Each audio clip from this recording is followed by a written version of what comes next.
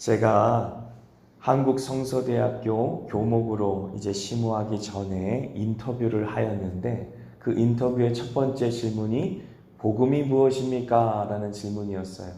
근데 조금 제가 헛웃음이 그때 나왔었습니다. 왜냐하면 이제 목사를 데려다 놓고 이제 교목으로 이제 심의를 할 수 있도록 사역할 수 있도록 그렇게 이제 인터뷰를 하는데 복음이 무엇이냐라고 물어본다라는 것 자체가 조금 의아했었습니다. 그런데 복음이 무엇입니까? 라는 질문에 제가 간결하고 분명하게 잘 답변하지 못하는 저의 모습을 보았습니다. 성경 전체의 복음을 설명할 수 있는 여러 가지 말씀들을 인용하면서 이야기하긴 하였지만 복음이 무엇이다 라는 부분에 대해서 열심히 여러 방향으로 여러 가지 방법으로 가르친 적은 없었구나 라는 생각을 처음 해봤어요. 그래서 그 이후로 제가 학교에서 학생들을 가르칠 때에 복음이 무엇인지에 대해서 스스로도 많이 고민하였고 또 그것을 잘 분명하게 설명하기 위해서 여러 방법 또 여러 방향으로 노력하였던 기억이 있습니다. 로마서는 우리에게 복음이 무엇인지에 대해서 잘 설명해 주고 있습니다. 그런데 제가 한번 여러분들에게 물어볼게요. 복음이 무엇입니까? 기쁜 소식이요 예수 그리스도입니다. 너무 감사합니다. 귀한 설명이에요. 이 복음에 대해서 우리가 분명하게 답변할 수 있을 준비가 되어야 할 줄 믿습니다. 특별히 만약에 우리가 사랑하는 사람이 이제 주님께로 갈 시간이 얼마 안 남았다 생각해 보지요. 그때 복음을 전해야 되는데 어떻게 전해야 될까 고민할 수밖에 없을 것이에요. 무엇을 전해야 될까 우리가 고민할 수밖에 없을 거예요. 그래서 고민하다가 대부분의 성도들은 어떻게 합니까? 교회 목사님한테 전화해서 목사님 어서 와서 복음을 전해주세요 라고 부탁할 거예요. 근데 만약에 저도 갈 수 없는 형편이면 어떡할 겁니까?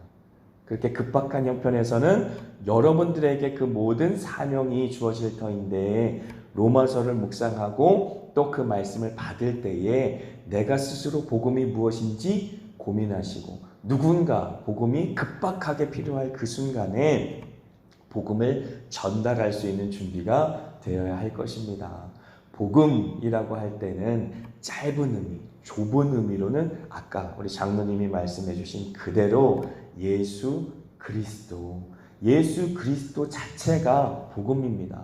마치 우리가 로마서 3장 22절에 있는 내용 그대로 말입니다. 같이 한번 보여주실까요?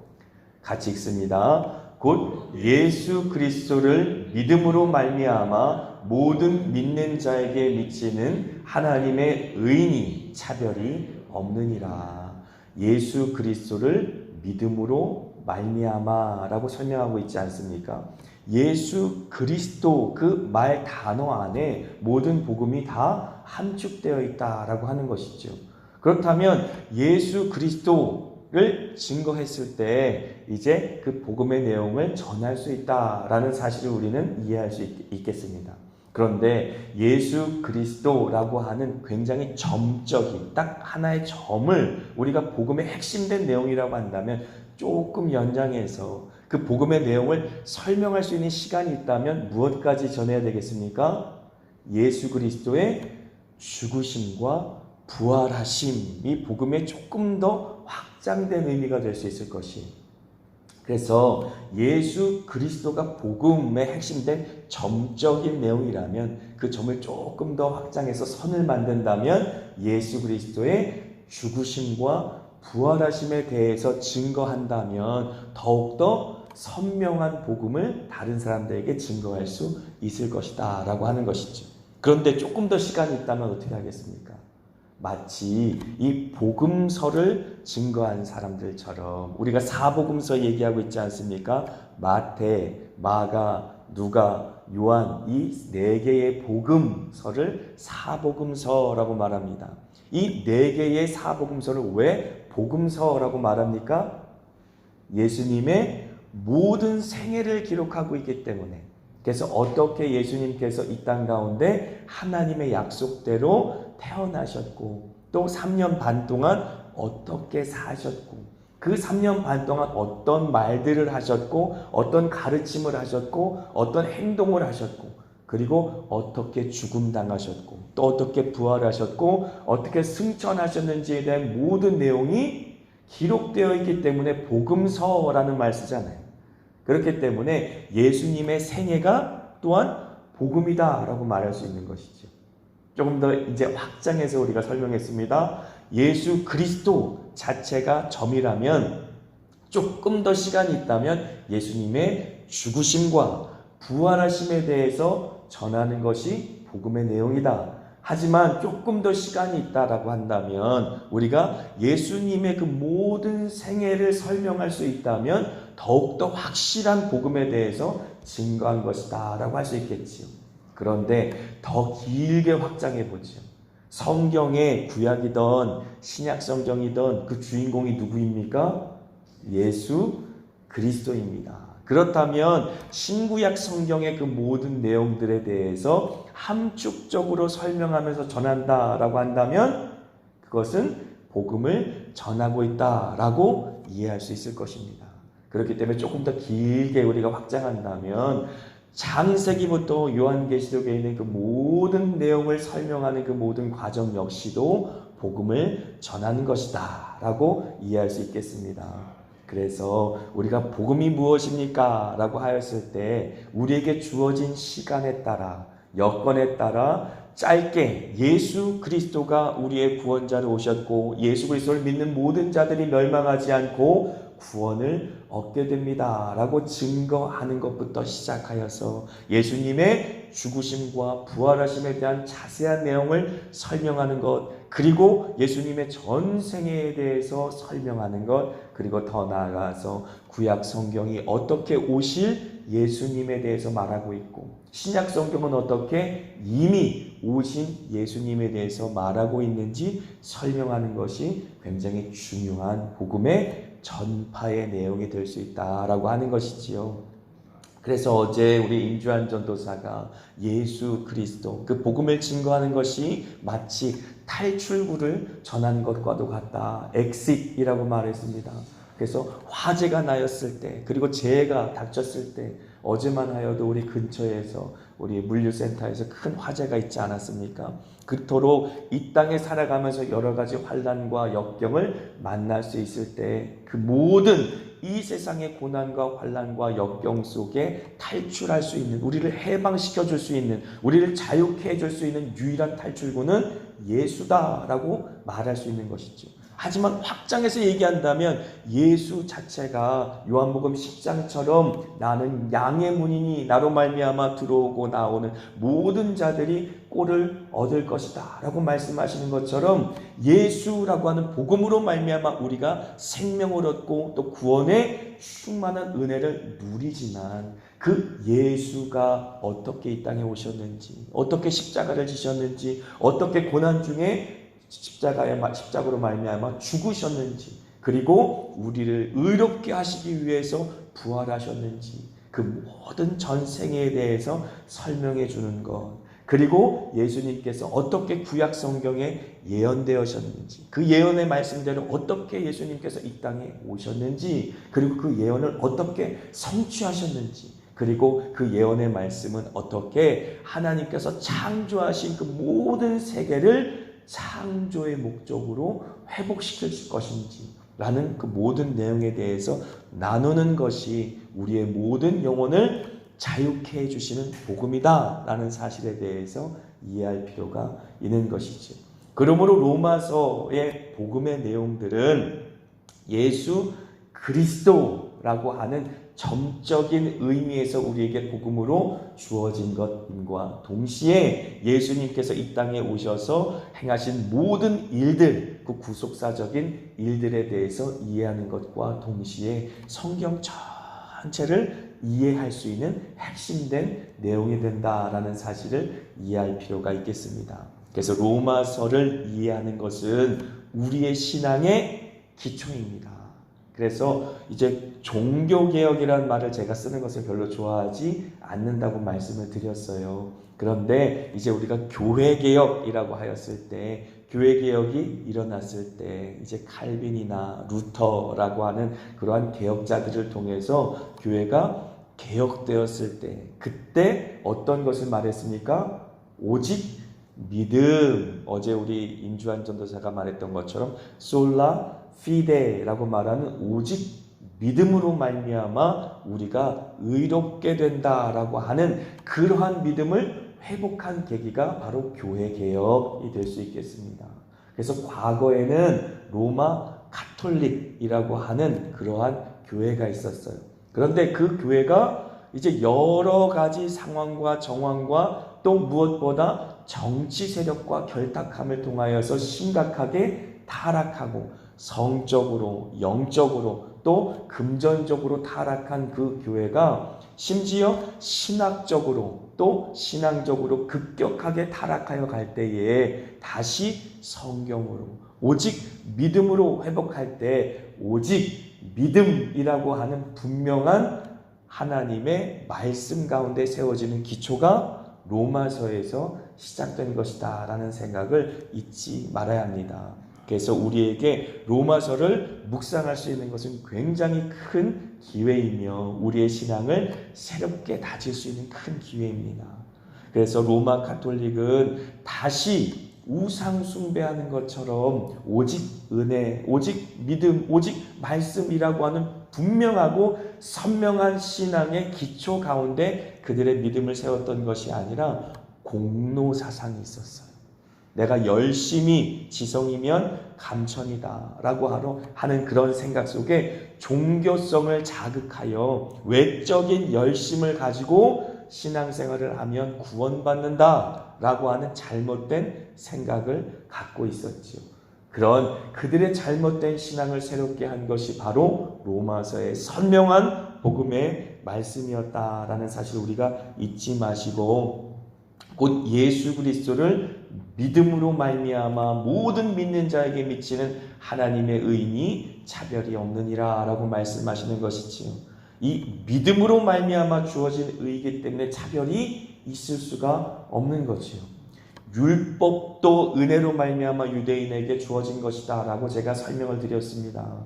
율법도 유대인들이 잘나서 그들이 잘해서 하나님께서 그들에게 맡긴 것이 아니라 하나님의 은혜로 그들에게 맡겨진 것이 된 것처럼 복음도 우리에게 은혜로 말미암아 주어진 것이 아닙니까? 근데 그 복음을 믿는 것 역시도 우리가 우리의 힘으로 우리의 능력대로 한 것은 아닙니다. 그 복음을 믿은 것 역시도 하나님의 은혜임을 잊지 말아야 하는 것이지요. 그러므로 차별이 없는 것입니다. 잘난 사람이나 못난 사람이나 많이 가진 사람이나 적게 가진 사람이나 많이 배운 사람이나 못 배운 사람이나 차별이 없어요. 그래서 제가 아프리카 가서도 많은 믿는 사람들이 하나님께 나와 하나님의 의를 덧입을 수 있었던 것은 그들이 글자를 읽지 못해도 그들은 구원을 얻을 수 있었습니다. 왜 그렇습니까? 차별이 없기 때문에 그래요. 하나님께서는 언어가 달라서 자기 나라의 언어, 문자마저도 없는 사람들도 하나님께서는 복음으로 구원할 수 있었어요. 그러므로 걱정할 필요가 없는 것이죠. 잘난 사람들만 구원받는다면 구원받을 사람들은 얼마 없었을 것이에요. 하지만 하나님께서는 이 모든 차별 없이 온 세상 사람들에게 복음을 증거하여서 구원에 이를 수 있도록 하셨으니 차별이 없다라고 말할 수 있는 것이지. 그래서 우리의 신앙의 기초가 무엇이다? 이신칭의라고 하는 그러한 기초 아래 종교개혁이라고 말하는 교회개혁이 일어났다라고 하는 것이죠. 말이 좀 어려워서 죄송합니다. 이신칭의라는 말 자체가 좀 어려운 말이긴 하지만 믿음으로 말미암아 의롭게 된다라는 말을 줄여놓은 것이 로마서에서 계속 강조하고 있거든요. 우리는 우리의 행위로 의롭게 되는 것이 아니라 우리의 노력으로 의롭게 되는 것이 아니라 오직 믿음으로 말미암아 의롭게 된다. 그렇다면 그 믿음으로 말미암아 의롭게 되니까 자랑하지 마라 라고 말하는 것이죠. 왜요? 믿음도 은혜로 우리에게 주어지는 것이니까.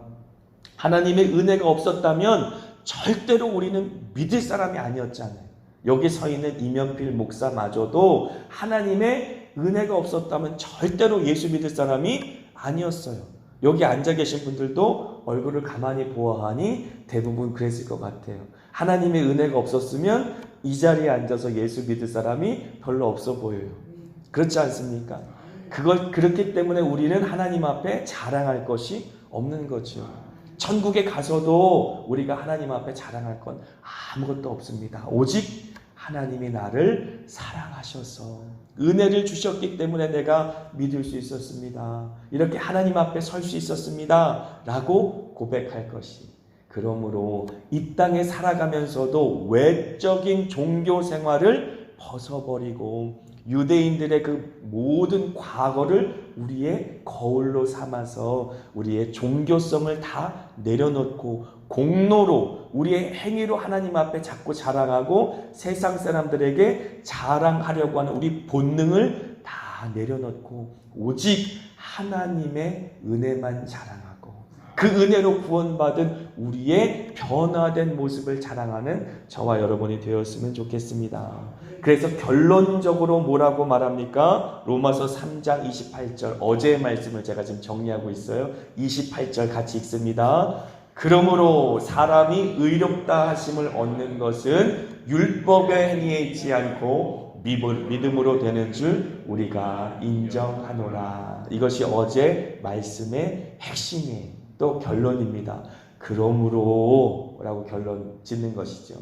사람이 의롭다 하심을 얻는 것은 우리의 행위, 우리의 자랑거리, 우리의 공로가 절대 아니고 오직 믿음으로 되는 줄 우리가 인정하노라. 우리의 믿음으로 말미암아 하나님의 의를 덧입는다라고 하는 것이지요. 그래서 로마서에는 굉장히 중요한 두 가지가 우리에게 주어집니다. 잊지 말고 로마서를 묵상할 때 꼭 붙들어야 되는 두 가지 핵심된 내용은 뭐냐면 복음에는 하나님의 의가 나타난다라고 하는 것이지.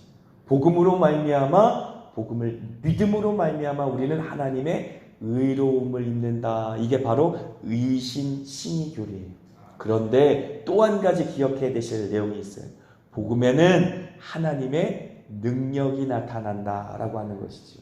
하나님의 의, 하나님의 능력, 이 모든 것이 복음으로 말미암아 우리에게 주어지는데 이 복음으로 주어지는 것은 우리의 믿음이 작용하여서 우리에게 하나님의 의를 덧입게 하고 하나님의 능력을 덧입게 하여서 그래서 모든 믿는 자에게 구원을 주시는 하나님의 능력이다 라고 우리가 고백할 수가 있는 것입니다. 이 두 가지 잊지 마시고 꼭 붙드시기를 바랍니다. 그런데 문제는 뭐냐면 신앙생활을 하면 할수록 처음 초신자 때는 우리가 잘 몰라요.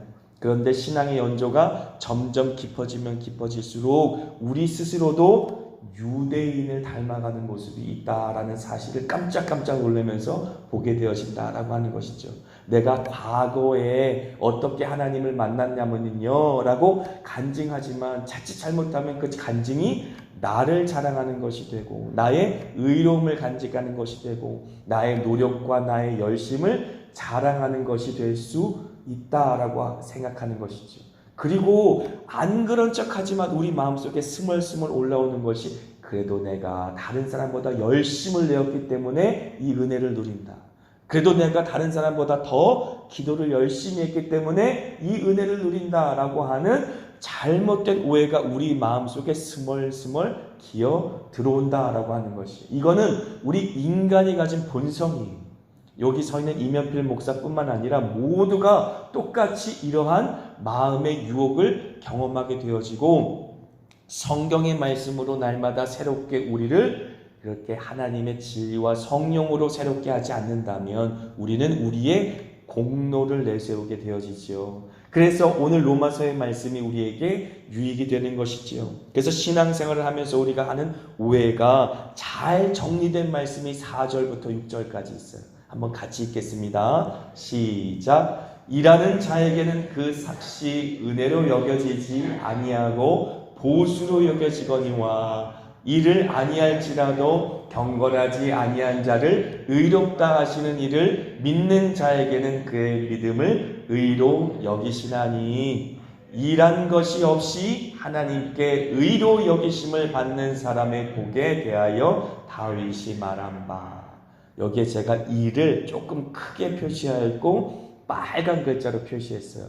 일이 4절, 5절, 6절 가장 시작하는 부분에 딱 나와 있어요. 한국 사람들은 대부분 다 일 중독자들이에요. 열심히 일해서 우리나라는 잘 살게 되었죠. 그죠? 새마을운동 덕도 있지만 열심히 일한 근면과 성실함이 대한민국 국민들의 자랑입니다. 그래서 전 세계 어디를 가도 사실 대한민국 국민들만큼 열심히 근면하게 성실하게 일한 사람들이 없어요. 잠을 줄여가면서 먹는 시간을 아껴가면서 그렇게 열심히 공부하고 학생들은 열심히 일한 것이 우리 국민들의 모습이에요. 그렇기 때문에 전 세계 어떤 국민들과 비교를 해봐도 자랑할 만해요. 그렇기 때문에 일에 대해서는 항상 우리는 앞서 나간다라고 볼 수 있는 것이죠. 그런데 신앙생활도 너무 열심히 한다. 그래서 이 일을 자랑할 수 있다라는 사실을 잊지 말아야 돼요.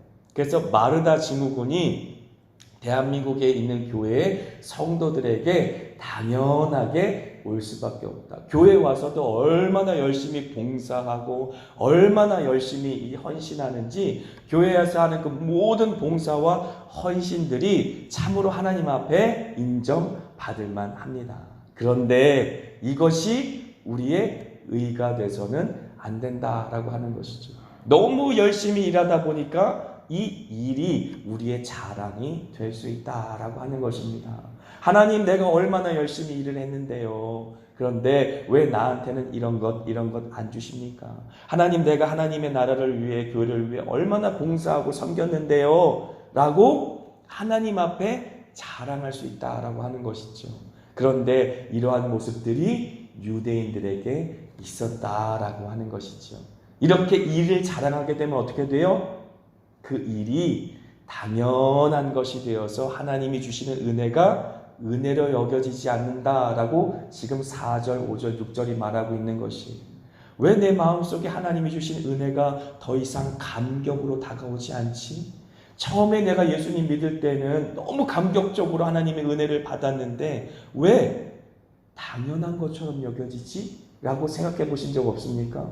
저는 깜짝 놀랄 때가 있었어요. 저는 2000년도에 회심하여서 2000년도 6월 29일 날 침례를 받았어요. 이제 그 캐나다의 큰 넓은 호수에 석양이 뉘어질 때 물속에 푹 담궈서 예수 안에 죽고 예수 안에 살았다 라고 하는 신앙 고백을 이제 2000년도 6월 29일 날 했어요. 그리고는 25년이 지나지 않았습니까? 그때처럼 하나님께서 주신 은혜가 감격적으로 다가오지 않고 당연한 것처럼 여겨지는 순간이 온다 안 온다? 온다라고 하는 것이죠. 예전에는 처음 신앙생활을 할 때는 작은 것도 큰 감격으로 왔어요. 어떻게 하나님이 날 이렇게 사랑하시지? 어떻게 나 같은 사람에게 이런 은혜를 주시지? 사람을 만날 때에도, 그 사람을 통해 하나님의 말씀을 들을 때에도, 그 사람을 통해 하나님의 손길을 느낄 때에도 그 작은 것 하나하나가 그렇게 큰 은혜요 감격으로 다가오더니 이제는 당연한 것처럼 여겨지는 것이. 그런데 이 말씀이 뭐라고 말합니까? 일로 생각하고 그 일로 하나님께 그렇게 나갔던 사람들은 그것을 당연한 것처럼 여긴다는 것이. 왜냐하면 내가 일했기 때문에 그것을 보수로 받는다, 삭수로 받는다라고 생각하기 때문에 그렇지요. 그렇지 않고 하나님께서는 하나님의 은혜로 우리를 구원하셨다라는 사실을 복음으로, 복음 속으로 돌아갈 때에 다시 우리는 회복할 수 있다라고 하는 것이죠. 그 복음의 감격을 잃어버리기 시작하면 우리는 은혜를 여기는 것이 아니라 당연한 것으로 여기는 것입니다. 그래서 우리가 잘하는 말이 있지 않습니까? 은혜가 반복되면 특권처럼 여긴다라고 하는 것이죠. 처음에는 너무 감사하다, 너무 감사하다 그렇게 고백했던 심령들이 나중에는 당연한 것처럼 특권을 여기는 것이죠. 그래서 안 주시면 왜 안 주냐고 투정 부리고 하나님 앞에 땡깡 부리는 우리의 모습이 발견되어지게 된다라고 하는 것입니다. 당연한 것은 하나도 없는 것입니다.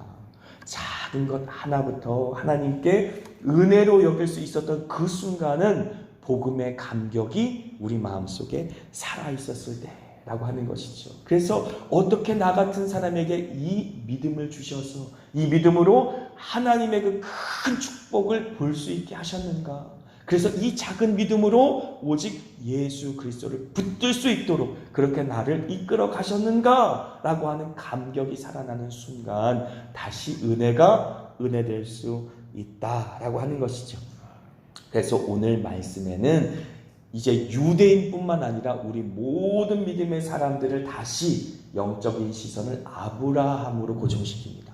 우리 아브라함을 3절에 어떻게 말하는지 한번 같이 읽어보겠습니다. 시작. 성경이 무엇을 말하느냐? 아브라함이 하나님을 믿음에 그것이 그에게 의로 여겨진 바 되었느니라. 아멘. 성경이 무엇을 말하느냐라고 말하면서 믿음의 조상 아브라함에게로 지금 우리의 모든 영적인 시선을 돌이키고 있는 것이죠. 유대인들에게 말합니다. 너희들이 그렇게 자랑하는 너희들의 조상 아브라함마저도 믿었을 때에 의로 여긴 바 되었다라고 말하지 않느냐? 이것이 바로 구약성경 창세기 15장 6절에 기록된 말씀이죠. 아브라함이 믿음에 비로소 하나님께서 그를 믿음으로, 그러니까 의롭다 여기심을 받게 되었다라고 하는 것이죠. 이 원리는 이제 창세기부터 요한계시록까지 변한 적이 없었다라고 하는 것입니다.